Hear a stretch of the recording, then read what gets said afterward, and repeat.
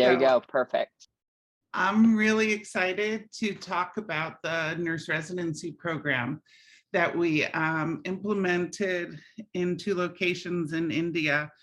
Um, and I want to start with thanking the organizing committee and Children's HeartLink. Without Children's HeartLink, this work would not have been done. And I am only going to represent our team because this was definitely a team approach to creating and implementing the CICU nurse residency program.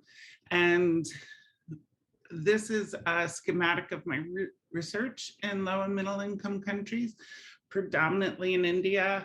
It's been with working with the PD program and working with the CICU nurse residency program.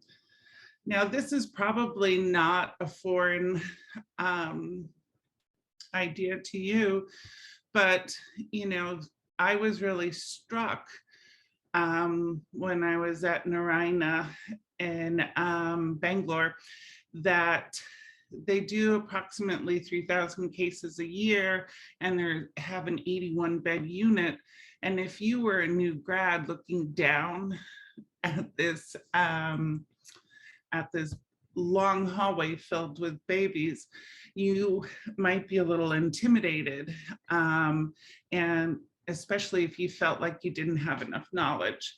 So we created first a 3-tiered nursing comprehensive CICU education program.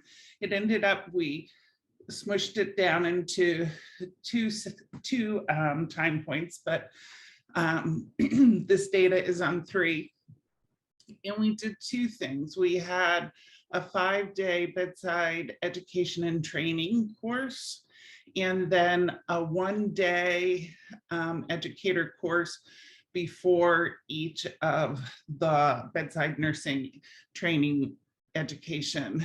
And for the clinical educators, we taught them the essentials of how to teach in a classroom and at the bedside. And for the bedside nurses, it was really a comprehensive approach to how do you manage children. And we were focusing in on addressing the gap between nurses' academic training and their clinical practice requirements when you're caring for children with heart disease in a really big pediatric cardiac ICU. So we wanted to work on improving mastery of specialty knowledge, technical skills, critical thinking, communication skills, and overall nursing competency.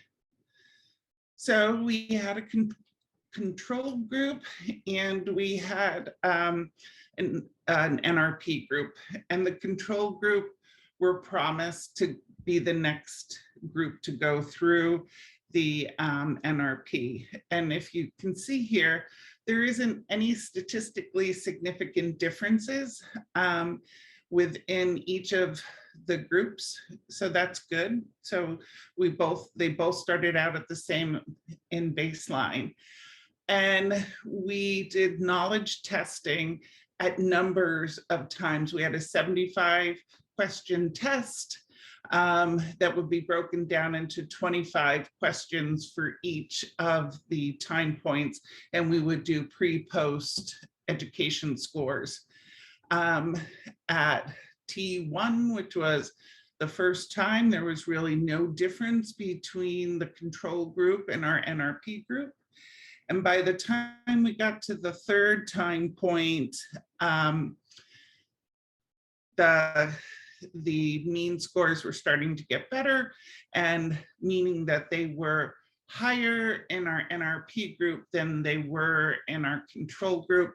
And again, at time 4, they were higher again. So we found that the NRP was increasing knowledge scores.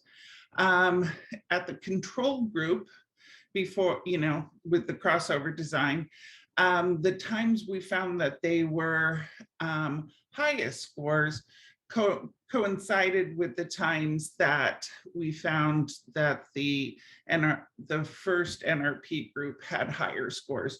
So they were definitely learning and being able to apply that knowledge to a paper and pencil test.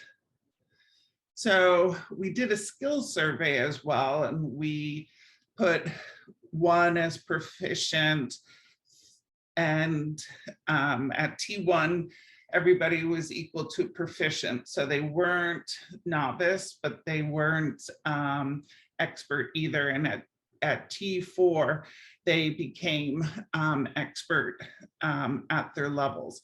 And we had people scoring themselves.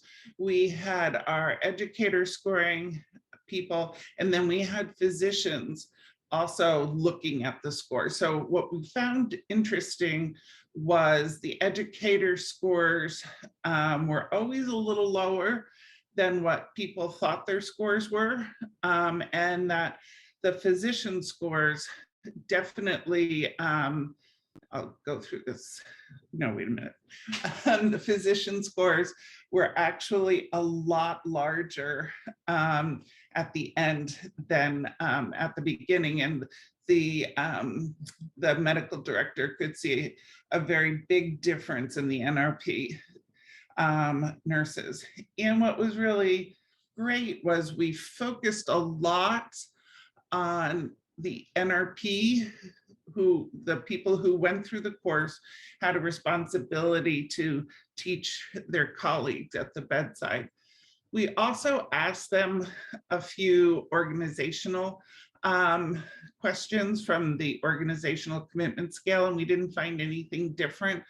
So there wasn't an increased commitment to the organization because of the NRP. There was no significant differences in the turnover. And I think some of that is there's always something going on in a busy unit. We did find that the CLABSI rates were marginally decreased, but didn't reach statistical significance, as were the VAP rates. What we found, though, was that the pediatric surgical volume increased, and that is clinically important, but it didn't reach statistical significance. The nurses themselves also had a chance to provide some qualitative findings for us. And if you look at these quotes, they're very poignant. And the first one reads, "Yes, I definitely feel a difference. Earlier, no confidence, but now more confidence. Suppose if I recommend a suggestion to a physician, I used to feel doubt, but now I feel more confident. I can even argue with them confidently due to the knowledge I received. I feel proud to say I am an educator. Doctors also respect us more and approach us more." So I found those to be some of the most poignant findings of our study. So we then moved the implementation from Narayana down to Amrita Institute of Medical Sciences. We did a train the trainer model again. And since then, they've had multiple internal sessions. They've changed over the format to be more conducive to the work that's happening on an ongoing basis. So they may have half days of education, so then they can work the evening shift, or, you know, a variety of different ways about going about it. And the goal was for all CICU staff to be educated over time. And I just want to bring us to like our thoughts about why we all do the work we do as nurses, why advancing nurses is so important. It's because of the children and the families we serve. And so I feel very lucky to be a part of this. And I'm really happy that the NRP keeps moving forward. But I would be remiss if I didn't acknowledge all of the volunteers that have done a superhuman job in making sure the NRP continues and was even able to be implemented. And so I need to like acknowledge Marcia, Jeff, Suzanne, Mary, Elizabeth, Aaron, Lindsay, Amy, Amy and Kristen for all of their efforts. I would like to thank you for the opportunity to speak today. And here is a picture of my city. Thank you very much. Thank you so much.